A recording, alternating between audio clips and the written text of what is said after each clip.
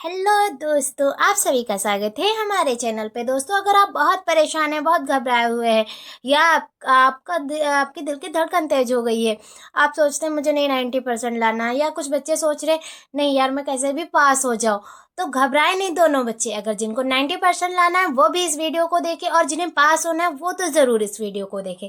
तो चलिए इस वीडियो को स्टार्ट करते हैं। उससे पहले इस वीडियो को बहुत से दोस्तों को शेयर करें। ओके दोस्तों, तो चलिए फिर स्टार्ट करते हैं। दोस्तों, हम हमारे पास जितना भी अभी टाइम है, अगर आपने साल भर नहीं पढ़ा, अगर आप मेरे तरीके से अभी भी पढ़ाई करेंगे, तभी आपके 90% कहीं नहीं जाएंगे, और आप फेल होने की तो टेंशन छोड़ ही दीजिए। चलिए फिर मैं स्टार्ट करती हूँ। चलिए दोस्तों स्टार्टिंग करते हैं। हमारा इंग्लिश का पेपर है। टारगेट हमारा कल का क्या है? इंग्लिश है। दोस्तों हमारा 15 नंबर क्या होगा दोस्तों? हमारा 15 नंबर का अनसीन पैसेज जाएगा, जो हम लोग कर लेंगे, क्योंकि दोस्तों अनसीन पैसेज बहुत इजी होता है। हमें पैरा देखना है, और पैरा में से ही हमें आंसर ढूंढने होते हैं। क्वेश्चन दिए होते हैं, हमें पैरा में आंसर मिल जाते हैं। ओके दोस्तों, अब चलते हैं, आ जाइए 10 नंबर वाले मार्क्स पे। आर्टिकल। दोस्तों देखिए, आर्टिकल आपको मैंने 3 इंपॉर्टेंट आर्टिकल बताए। दोस्तों अगर आपने यही 3 अगर अच्छे से पढ़ लिए, तो आपके 90% कहीं नहीं जाएंगे, क्योंकि अगर मैंने आपको 3 बताया है, मैं प्रॉमिस कर सकती हूँ कि आपका एक ज़रूर फंसेगा। ओके दोस्तों, तो चलते हैं, देखते हैं the impact of social media on youth. और उसके बाद दूसरा देखिए दोस्तों, importance of mental health in school. Third है हमारा the role of technology in modern education. दोस्तों ये हमारे आर्टिकल हैं। अगर आपने तीनों याद कर लिए, तो मैं आपको बता सकती हूँ कि आपके ये 10 मार्क्स कहीं नहीं जाएंगे। अब एप्लीकेशन देखिए दोस्तों, ये हमारी एप्लीकेशन है। दोस्तों मैंने आपको एप्लीकेशन भी 3 ही बताई हैं। अगर आपने तीनों अच्छे से पढ़ लिया, तो दोस्तों एप्लीकेशन और आर्टिकल से कुछ इजी होता ही नहीं। अगर आपने यही अच्छे से पढ़ लिया जो मैंने आपको बताया, अनसीन पैसेज, आर्टिकल, एप्लीकेशन, अगर आपने यही तैयार कर लिया, तो आप तो ऐसे ही पास हो गए। जबकि इन तीनों चीज़ों में आपको ना ही कुछ पढ़ना है और ना ही कुछ याद करना है, बस आपको थोड़ा दिमाग लगाने की ज़रूरत है। ओके दोस्तों, अब हम एप्लीकेशन देखते हैं। एप्लीकेशन फॉर कॉलेज एडमिशन, ये हमारी पहली एप्लीकेशन है। दूसरी है the complaint letter to municipal authority. दोस्तों जो हमारे नगर में सड़कें होती हैं, नालियाँ होती हैं, उन पर ये दूसरी एप्लीकेशन है। और पहली एप्लीकेशन हमारी एडमिशन पे है। और तीसरा देखिए दोस्तों, तीसरी application request for leave from school और ऑफिस। स्कूल और ऑफिस से अगर आपको छुट्टी चाहिए, तो उसके लिए रिक्वेस्ट का आपको एप्लीकेशन लिखना है।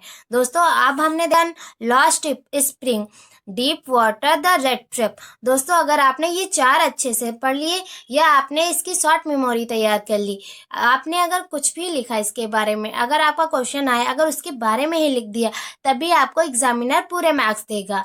ओके दोस्तों, ये हमारा हो गया जो फ्रोज वाला है। अब हम देखते हैं सप्लीमेंट्री। क्या देखेंगे दोस्तों? ये जो हमारा फ्रोज है वो भी 15 मार्क्स का आता है, और जो सप्लीमेंट्री है वो भी हमारी 15 मार्क्स की आती है। इसमें हम कितने देखेंगे? इसमें हमारे चैप्टर है 6, हम कितने देखेंगे? 3। द थर्ड लेवल क्या देखेंगे दोस्तों? The third level. उसके बाद द टाइगर किंग, और उसके बाद हम देखेंगे journey to the end of the earth. दोस्तों चलिए आगे देखते हैं। अब हमारी बारी है पोएट्री की। इसकी बारी है दोस्तों पोएट्री की। पोएट्री हमारी कितने मार्क्स की होती है? 10 मार्क्स की होती है। The murder at 66। दोस्तों दूसरा है हमारा कीपिंग क्वाइट। थर्ड है हमारा द थिंक ऑफ ब्यूटी। ये हमारे 10 मार्क्स की आती है पोएट्री। आपको सेंट्रल आइडिया लिखने को आएगा, और आपका एक इसमें से पैसेज आएगा, जिसमें से आपको क्वेश्चन आंसर देखकर करने हैं। ओके दोस्तों, आ जाइए ग्रामर। ग्रामर हमारी 25 मार्क्स की है। दोस्तों ये हमारा पूरा रहा माइंड मैप कि हमें आज से लेकर कल तक कितना कवर करना है। दोस्तों आज शाम तक इस सारी की वीडियो पहले हमारी पड़ेगी NCN passage, article writing, application, उसके बाद फ्लेमिंगो और उसके बाद सप्लीमेंट्री, पोएट्री, ग्रामर, ये सबकी नंबर वाइज आपके पास मेरी वीडियो पहुंचती रहेंगी। बस आपको अच्छे से पढ़ाई करना है और अपने दोस्तों को इस वीडियो को शेयर करना है ताकि यह उन बच्चों तक पहुंच सके जिन बच्चों को इनकी बहुत ज़रूरत है।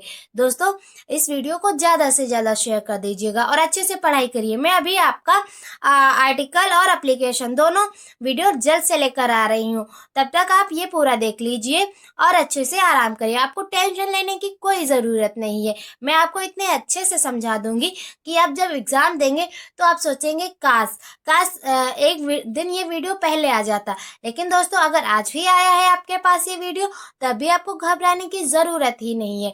तो मिलते हैं कल की मतलब दोस्तों अभी थोड़ी देर फिर से आपके पास मेरी वीडियो आएगी, उसे अच्छे से देख लीजिएगा और तैयार कर लीजिएगा। तब तक के लिए जय हिंद, जय भारत। हेलो दोस्तों, आप सभी का स्वागत है हमारे चैनल पे। दोस्तों, अभी हमने थोड़ी देर बताया था कि आपको जितना भी टाइम बचा है, अगर आपने पूरा साल नहीं पढ़ा तब भी आप इंग्लिश में अच्छे मार्क्स ला सकते। कैसे ला सकते ये मैंने आपको माइंड मैप बना के आपको समझा दिया था। अभी हमको क्या करना है, एक एक टॉपिक पे अच्छे से डिस्कशन करना है। अब हमारा पहला टॉपिक क्या है, अनसीन पैसेज। अनसीन पैसेज के बाद हमारा आर्टिकल है। मैंने आपको 3 इंपॉर्टेंट आर्टिकल बताए थे। फिर हमारा लेटर और एप्लीकेशन है। ओके दोस्तों, तो चलिए फिर शुरू करते हैं। पहले हम क्या देखेंगे, अनसीन पैसेज देखेंगे। दोस्तों, जो लिखा है वो जरूरी नहीं कि आए ही, आ भी सकता है, नहीं भी आ सकता है दोस्तों। लेकिन अगर आपने अच्छे से समझ लिया तो मैं आपको प्रॉमिस कर सकती हूँ कि अगर आपने अच्छे से समझ लिया तो आपके मार्क्स कटेंगे ही नहीं कटेंगे। क्योंकि जो अनसीन पैसेज होता है दोस्तों बहुत ही ईजी होता है, बस आप अच्छे से पढ़ लें। देखिए दोस्तों, पहले अनसीन पैसेज आपको पढ़ना है। जब आप अनसीन पैसेज अच्छे से पढ़ ले तब आपको क्वेश्चन पढ़ना है। जब क्वेश्चन पढ़ेंगे तो आपको मिल जाएगा। देखिए, साइंस एंड टेक्नोलॉजी लिखा गेंट।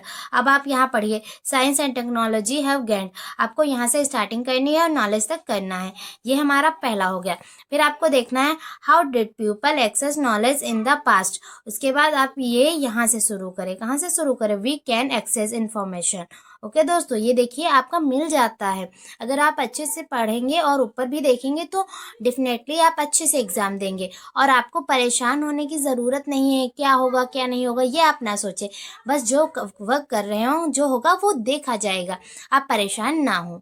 चलिए फिर देखते हैं तीसरा वाला। तीसरा वाला देख लीजिए। उसके बाद तीसरा वाला दोस्तों यहाँ से दिस से शुरू है। ओके दोस्तों, अब चलिए अब देखते हैं। ये हमारा अनसीन पैसेज हो गया। आपको अनसीन पैसेज में क्या करना है, एक बार और सुन ले। अनसीन पैसेज को अच्छे से पढ़ना है और पढ़ने के बाद जो क्वेश्चन आंसर लिखे हो वो देखने हैं। और जब आप ऊपर वाला देखेंगे और फिर नीचे वाला क्वेश्चन देखेंगे आपको अच्छे से मिल जाएंगे, क्योंकि आपका क्वेश्चन का ही मिल जाता है ऊपर आंसर में।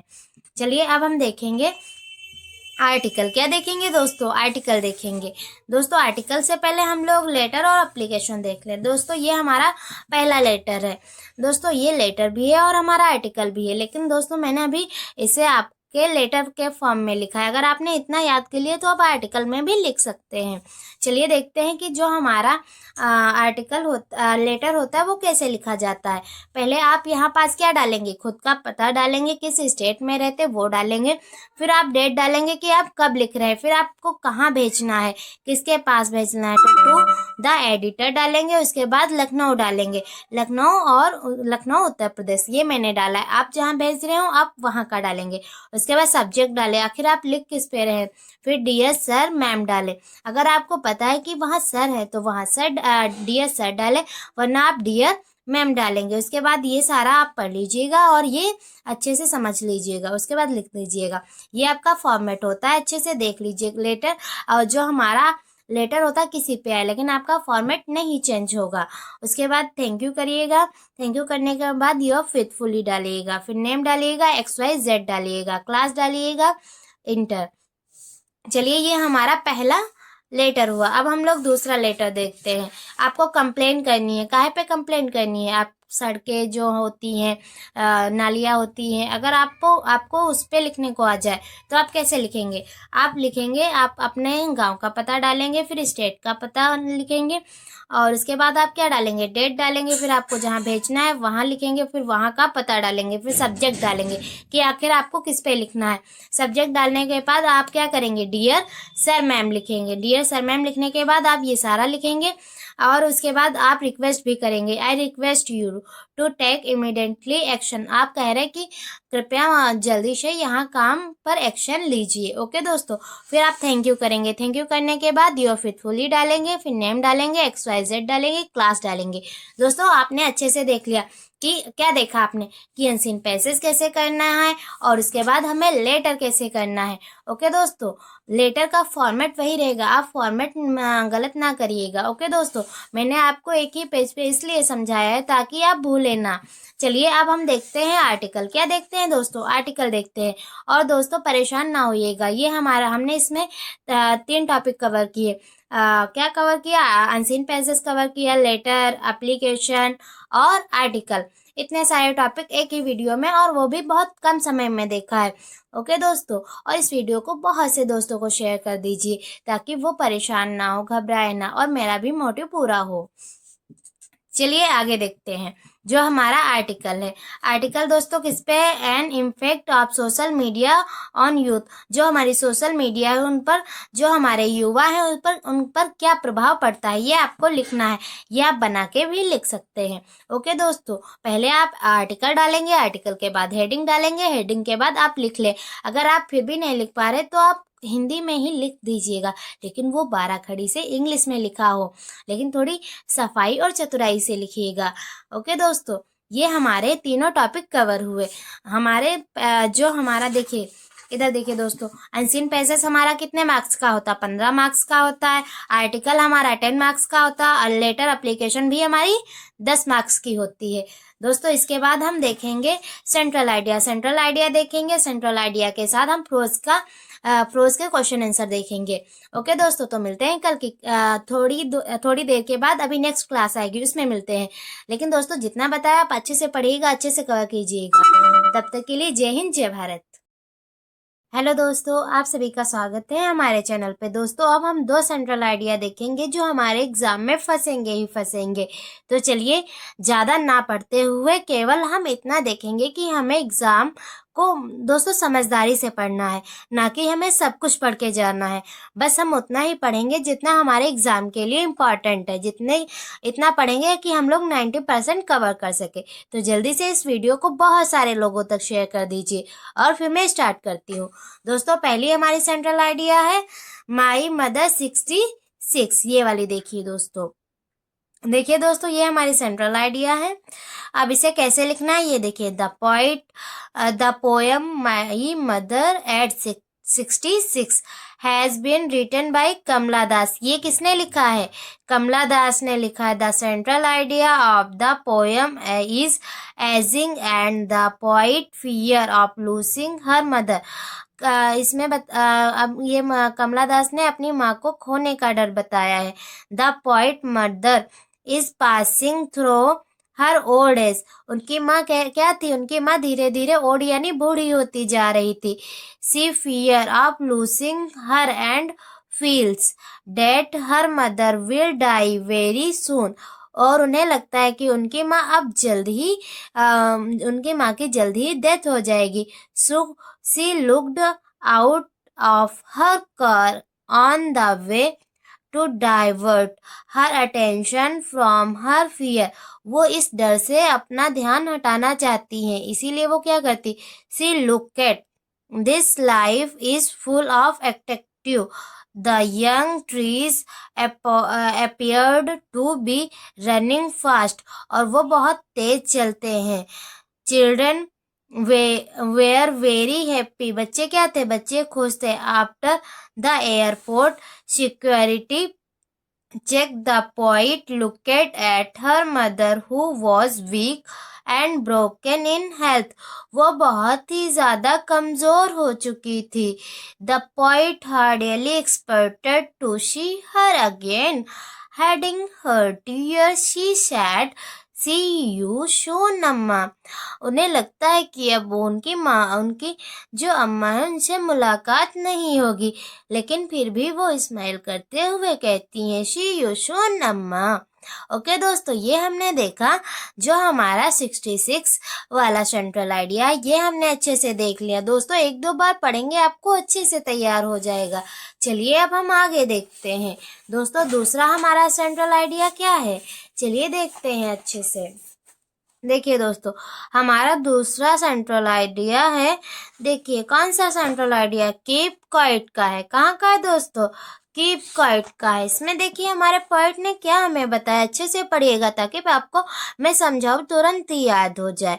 चलिए फिर स्टार्ट करते हैं ये वाला भी central idea.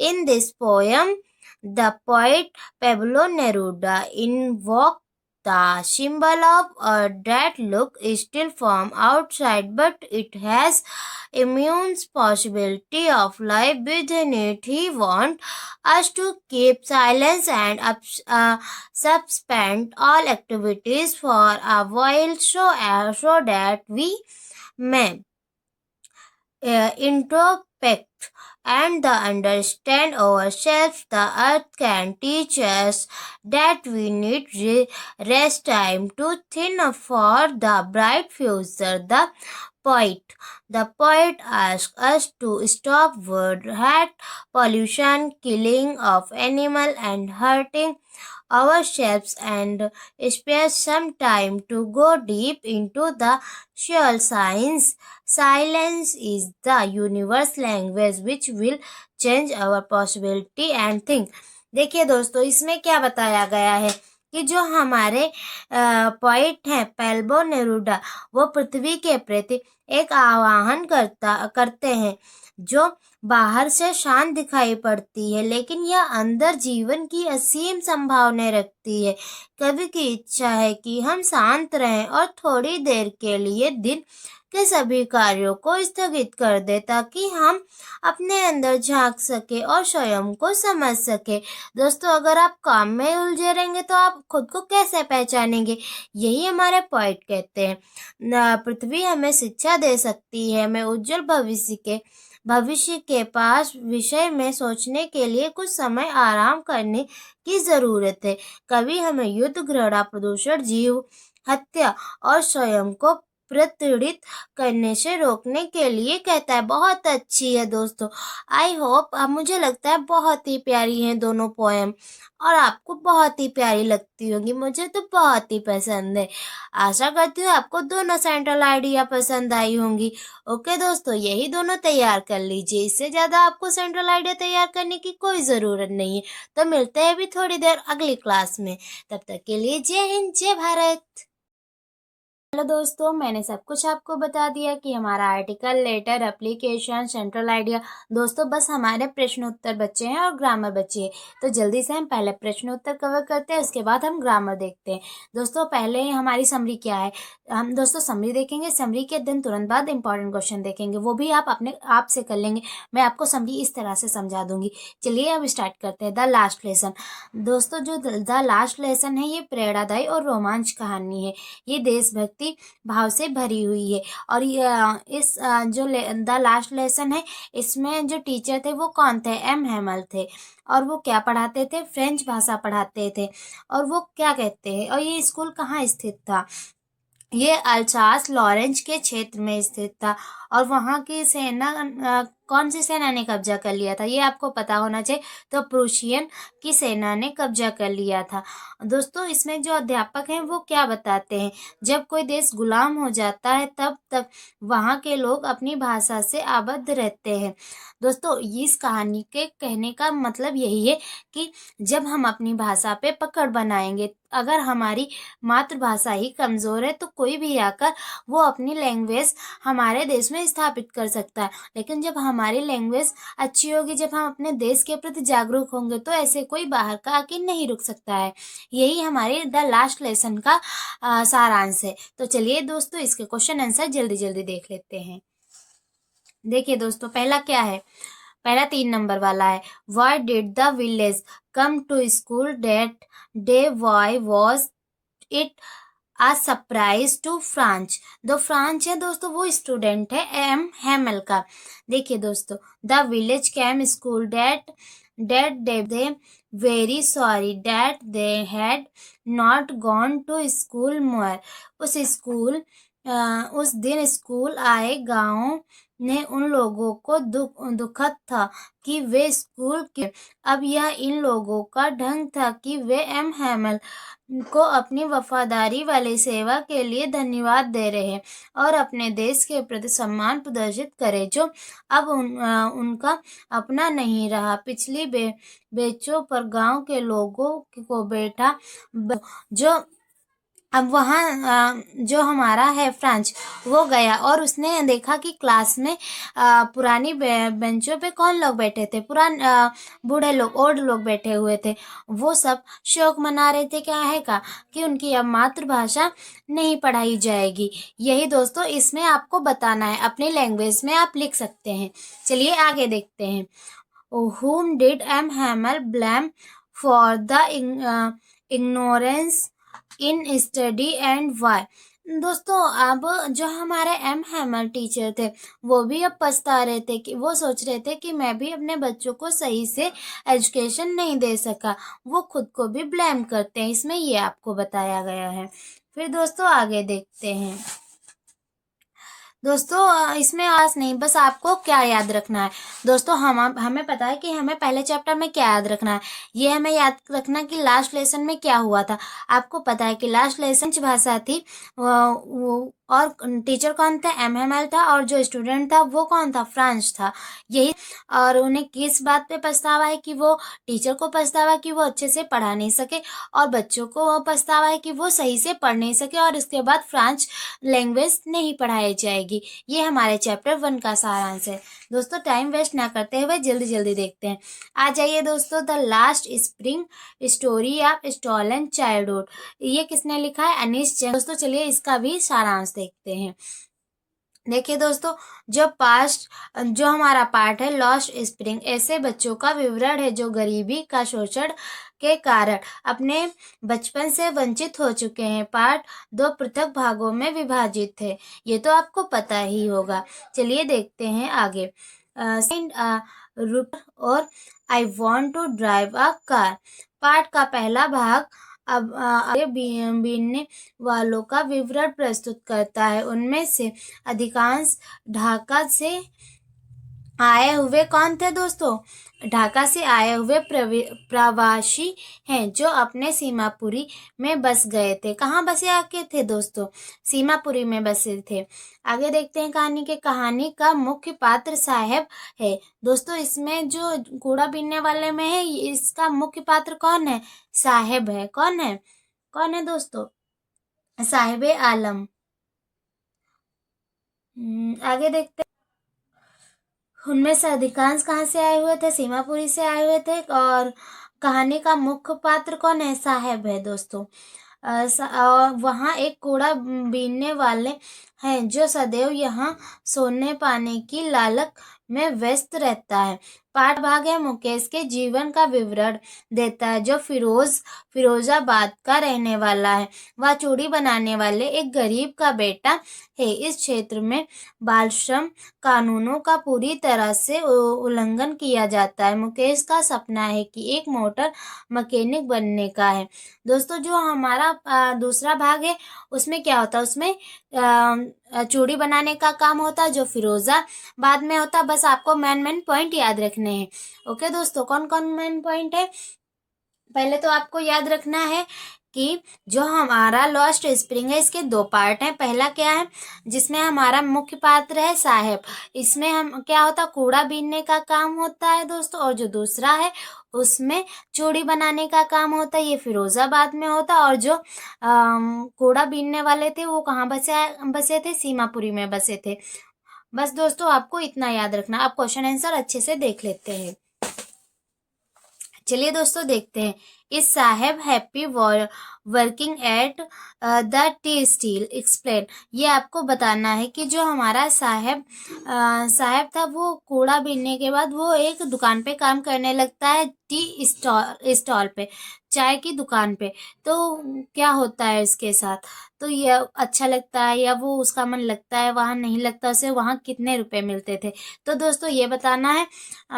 Not happy, no Saheb is not happy working, वो खुश नहीं था, जबकि उसे कितने रुपए मिल रहे थे, रुपए 800 मिलते थे, फिर भी वो खुश नहीं था। बस आपको इतना याद रखना है। चलिए दूसरा देखते हैं।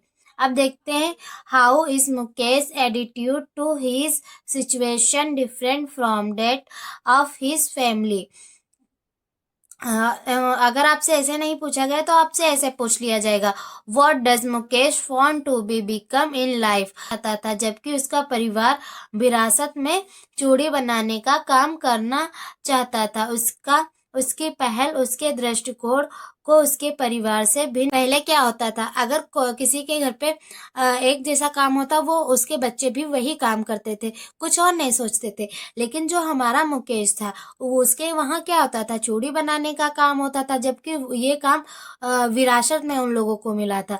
लेकिन मुकेश का क्या सपना था, मुकेश का सपना था कि मोटर मैकेनिक बनना चाहता था। ओके दोस्तों, ये भी आप अच्छे से लिख लेंगे। चलिए आगे देखते हैं। What does every other family do in Firozabad. आपको बताना है कि फिरोजाबाद हर दूसरा परिवार क्या करता था। मैंने आपको बताया था कि फिरोजाबाद के बाद में सभी लोग, हर फैमिली क्या करती थी, वो ग्लास बेंगल्स मेकिंग इंडस्ट्री, दोस्तों जो चूड़ियाँ थी उनको बनाती थी। और वहाँ के जितने फैमिली थे सबका काम एक ही जैसा था। और वो लोग सोचते थे कि वो और कुछ करना भी नहीं चाहते थे, वो सोचते थे मिला है। ओके दोस्तों, चलिए अब हम देखते हैं चैप्टर 3। क्या देखेंगे दोस्तों, चैप्टर 3 देखेंगे, डीप वाटर। देखते हैं डीप वाटर में क्या था। दोस्तों डीप वाटर बहुत ही प्यारी कहानी है। दोस्तों जो हमारी डीप वाटर कहानी है, इसमें क्या बताया गया है, दोस्तों इसमें बताया गया है कि पार्ट क्या है, डीप वाटर। और डीप वाटर में क्या है, देखो जो विलियम डगलस थे, वो उनको पानी से बहुत ही डर लगता था, बहुत ही ज्यादा। लेकिन उनका सपना क्या था, उनका सपना था कि वो भी पानी में तैरे, लेकिन उनको इतना पानी से डर लगता था। उसी पे इनकी विजय हुई है। बस दोस्तों कैसे इसमें बताया गया, इस पार्ट से हमें क्या शिक्षा मिलती है, सबसे बड़ी शिक्षा यह मिलती है कि हमें जिस चीज से डरते हैं उसे हमें डरना नहीं चाहिए, बल्कि उस डर को हमें डराना चाहिए। ये कहानी से हमें ये शिक्षा मिलती है। चलिए दोस्तों, इसके क्वेश्चन आंसर इंपॉर्टेंट, ज्यादा क्वेश्चन ना देखते हुए एक देखते हैं, उसी में आप सब समझ जाएंगे। अगर कोई भी आएगा तब भी आप कर लेंगे, क्योंकि क्वेश्चन नंबर 2 अच्छे से देख लीजिए। Describe Douglas struggle at the pool, what did he do to save his life। इसमें कहा गया है, डगलस के संघर्ष का वर्णन कीजिए, अपने जीवन को बचाने के लिए उसने क्या सोचा। ये वाला देख लीजिए, बाकी आप सारे कर लेंगे। Douglas describe has harrowing struggle at the pool when he was nearly drowned by a bully as he was the pushed into the deep and panic set in, he tarried to surface by। दोस्तों इसमें बताया गया कि वो जहाँ swimming सीखने जाते थे, वहाँ एक मोटा लड़का आया और उसने जो हमारे कौन थे, डगलस थे, उनको धक्का दे दिया। वो नीचे गिर गए थे, और लेकिन वो निकल नहीं पा रहे थे। उन्होंने बहुत बार प्रयास किया, लेकिन वो नहीं निकल पा रहे थे। वो उनके लिए सबसे ज्यादा खतरनाक था। यहाँ से तो वो और भी ज्यादा डर गए थे पानी से। ओके दोस्तों, यही हमें पूरी कहानी में यही है। चलिए अब रेड ट्रिप वाला देख लेते हैं। दोस्तों ये जो हमारा चैप्टर 4 है, दोस्तों ये हमारा लास्ट है, द रेड ट्रिप। इसके बारे में पढ़ लीजिए, बाकी जो जितना बताया, अगर आपने इतना ही अच्छे से मैंने जैसे बताया, जैसी टोन में बताया, अगर आपने ऐसे ही तैयार कर लिया, फिर भी आपके नंबर कहीं नहीं जाएंगे। अगर आपने उससे मिलता जुलता भी लिख दिया, आपके नंबर नहीं काट सकता वो। चलिए दोस्तों देखते हैं द रेड ट्रैप में। दोस्तों द रेड ट्रैप कहानी बहुत ही प्यारी है। दोस्तों द रेड ट्रैप कहानी से हमें क्या सिखाया गया कि कोई कितना भी बुरा हो, लेकिन अगर हम उससे प्यार से बोलेंगे या प्यार से उसे समझाएंगे तो वो प्यार की भाषा जरूर समझेगा। अगर उसे हम धमकाएंगे तो वो हमारी बात नहीं समझेगा। यही इस कहानी में बताया गया। चलिए इसके क्वेश्चन आंसर देखते हैं। देखिए दोस्तों, पहला find in the package when she opened it in the lesson the red trap. बताया गया कि जो रेड ट्रैप था वो युवा लड़की को पैकेज में क्या मिला जब उसने उसे खोला। When the young girl opened the package left and peddler she found small red trap and in the 30 करोन। दोस्तों जो 30 करोन है इससे पहले उसने चुराया था, जहां इससे पहले वो रुकने गया था। लेकिन जो हमारी युवा लड़की थी यानी उसने इतने प्यार से रेड ट्रैप से बात की थी और उसका सम्मान किया था कि जो हमारा रेड ट्रैप था उसकी सोच ही बदल गई थी। यही बताया गया है। चलिए आगे देखते हैं। From where did the peddler get the idea of the word begin a red trap? फेरी वाले को यह विचार कहाँ से आया? विश्व एक चूहा दान है। दोस्तों ये बहुत ही ज्यादा इम्पोर्टेंट है। The word observes things to lure human begin to behind them in a curious। दोस्तों मैं आपको हिंदी में समझाती हूँ। दुनिया व्यक्तियों को सांसारिक क्रियाकलापों में बांध कर लालच देता है। फेरी वाला विचारों की एक श्रृंखला में खो जाता है और रोमांचकारी विचार को वशीभूत होकर महसूस करता है कि यह संसार और कुछ नहीं अपितु बड़ा सा चूहादान है। दोस्तों हम जब हमें लालच होता है तो हम कुछ भी करते हैं क्योंकि हमें रुपए की जरूरत होती है। अगर हमें कुछ भी लालच दे दिया जाता है हम तुरंत फंस जाते हैं। इसीलिए उसने बताया है कि जो पूरी दुनिया है, पेडलर ने बताया कि जो पूरी दुनिया है वो कैसी है दोस्तों? एक चूहेदानी है, रेड ट्रैप ने बताया है। दोस्तों इसमें इससे ज्यादा कुछ नहीं है, बस आपसे यही ऐसे छोटे छोटे क्वेश्चन पूछेगा। अब देखिए, what are the intents in the story the red trap that show the character of the iron master is different from that of his daughter। देखिए दोस्तों जो डॉटर थी आयरन मास्टर की, उसने जानते हुए भी कि ये उनके फादर का फ्रेंड नहीं है फिर भी उसे प्यार से बोला था। लेकिन जो आयरन मास्टर था वो उसके बाद उसे अच्छे से बात नहीं कर रहा था, वो उसका व्यवहार बदल गया था। लेकिन जो उसकी डॉटर थी उसका व्यवहार वैसा ही रहा था। यही बताया गया है। चलिए आगे देखते हैं। What made the peddler final change his way? किस कारण फेरी वाले ने अंततः अपने तरीके बदले? देखिए दोस्तों जो फेरी वाला था पेडलर यानी उसके विचार कैसे बदल गए थे? मैंने अभी आपको बताया कोई कितना भी बुरा हो अगर हम उसे प्यार की लैंग्वेज से बोलेंगे तो वो जरूर ही समझेगा।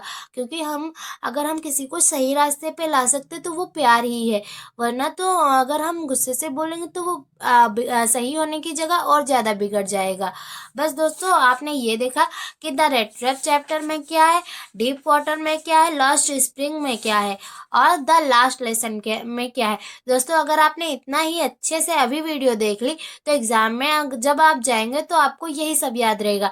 और दोस्तों अगर आपको पूरा ना याद हो तो बस आप याद करिए इस चैप्टर में हुआ क्या था, बस आप वही लिख दीजिएगा और आपको एग्जामिनर पूरे मार्क्स देगा। मैं आपको दावे के साथ बता सकती हूँ। तो दोस्तों मिलते हैं नेक्स्ट क्लास में। ओके दोस्तों, इस वीडियो को ज्यादा से ज्यादा शेयर कर दिए ताकि हर एक बच्चे के पास एग्जाम से पहले यह वीडियो जरूर पहुंचे।